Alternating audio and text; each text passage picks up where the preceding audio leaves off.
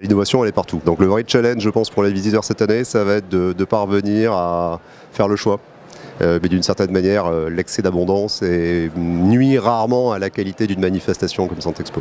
Notre système de santé doit forcément évoluer, mais s'il doit évoluer, c'est avec les innovations, les nouvelles technologies. On parle beaucoup d'intelligence artificielle, mais il y a plein d'autres innovations au service de la santé qui doivent nous permettre bien évidemment de rendre plus facile le travail du personnel soignant, mais surtout favoriser l'accès aux soins pour toutes et tous sur l'ensemble du territoire. Une des solutions des déserts médicaux, c'est de former plus, de former mieux et de former partout. Donc il y a deux niveaux sur la formation paramédicale. Il y a un effort significatif de l'ensemble des régions de France pour pouvoir former plus de professionnels de santé. Et puis sur la formation médicale, c'est de pouvoir définitivement abroger le numerus apertus, mais surtout de pouvoir former en fonction des besoins du territoire. Et puis le dernier point, c'est les docteurs juniors, la réforme de 4e année de médecine générale qui s'appliquera pour 3700 nouveaux jeunes médecins qui s'installeront au 2 novembre 2026. La place de l'innovation dans le parcours de santé, elle est centrale, elle est même consubstantielle à la santé. Et donc pour nous, au niveau de l'Agence d'innovation en santé, c'est très important d'être présent ce jour pour pouvoir justement rencontrer, dialoguer et pouvoir échanger avec cet écosystème. Venir dans des moments importants de rencontres comme Santexpo